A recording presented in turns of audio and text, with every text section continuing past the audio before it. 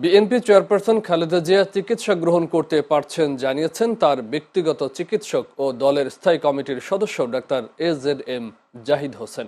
তবে মেডিকেল বোর্ডের প্রত্যাশা ধীরে ধীরে তিনি সুস্থ হয়ে উঠবেন বলে জানান তিনি। বৃহস্পতিবার দুপুরে রাজধানীর এভার কেয়ার হাসপাতালের সামনে সংবাদ সম্মেলনে তিনি এসব কথা বলেন বেগম জিয়ার শারীরিক অবস্থা স্থিতিশীল রয়েছে।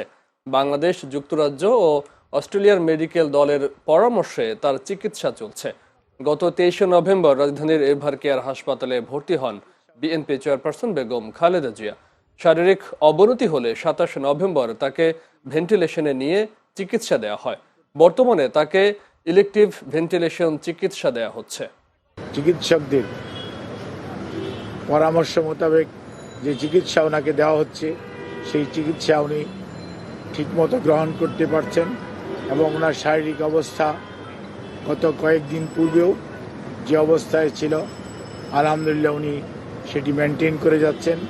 সেজন্যই চিকিৎসক সহ ওনার সাথে সম্পৃক্ত সবাই, আমরা যারা এই হসপিটালের চিকিৎসকরা সহ সবাই অত্যন্ত আশাবাদী যে ইনশাআল্লাহ দেশনেত্রী বেগম খালেদা জিয়া ধীরে ধীরে সুস্থ হয়ে যাবেন।